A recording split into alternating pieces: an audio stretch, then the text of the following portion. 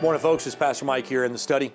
And looking at the book of Philippians, chapter number 3, and Paul is writing to a church that has not gone into error, but he's writing in a preventative way to keep them from going into error. And he cautions them to beware of false teachers and to beware of dogs and to beware of this. But Paul's overarching goal for this chapter is showing them the need of pursuing Christ and how that knowing Christ is not done by our own efforts and our own intellect, but knowing Christ is done by faith in His finished work, and we walk it out. And Paul describes knowing Him in kind of three things. It's this stepping out in faith, joining Him in suffering, and empowered by His resurrection.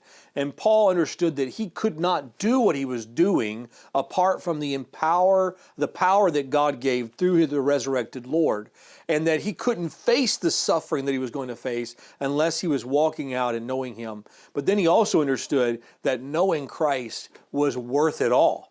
And it was not just a knowledge of Christ that says, hey, I have a head knowledge of Him and I am aware of who He is. But it was a knowledge that says, I know Him. He's my friend. He's the one I've had conversations with. And it was the idea of an intimate experiential knowledge that Paul was pursuing with the Lord Jesus Christ.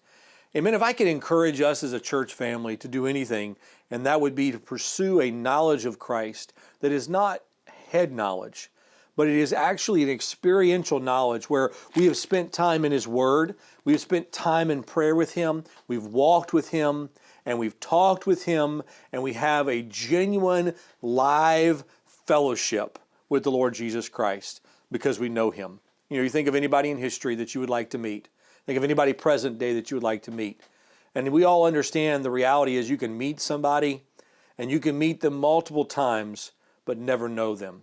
But it takes time. It takes life experiences to sit down and walk with somebody to the point where you could say, I know that person. I know that person. And I pray that would be the heart of every believer at Shelby Bible Church, that we would have a heart to say, I know Jesus. I've walked with Him. I've fellowshiped with Him.